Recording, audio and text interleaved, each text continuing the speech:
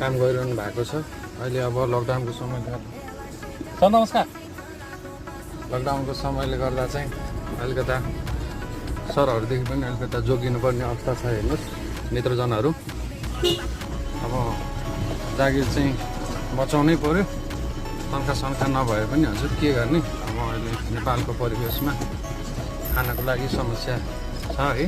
हामी गरिब मुलुकका गरिब जनताहरू अब बाध्य छौँ। हेर्नुहोस् अब सबभन्दा ठुलो कुरा आफ्नो रोजगारीलाई नै मान्न पर्ने हुन्छ है। अब गरेर बाँकी दुःख सुख छ के गर्ने हजुर, यस्तै गरी चलाउनु पर्ने छ। बाँकी अब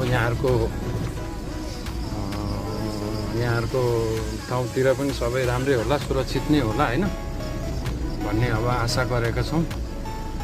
साना ठुला कम्पनीहरूले चाहिँ कन्स्ट्रक्सनहरू